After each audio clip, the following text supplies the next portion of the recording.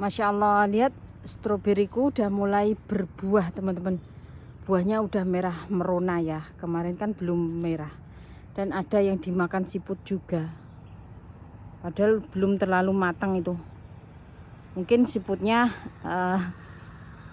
asem ya, apa keaseman, karena kalau belum matang sempurna itu masih asem.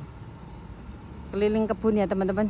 Ini habis aku cat, ini sisa-sisa cat yang aku manfaatkan ya, belum sempurna teman-teman. Masalahnya ini kemarin itu ada jamur-jamurnya, jadi aku cat ya. Insya Allah aman. Alhamdulillah, Masya Allah, menanam berbagai macam buah dan sayur yang setiap harinya bisa aku nikmati buat sehari-hari. Yang penting dapurku tetap mengepul.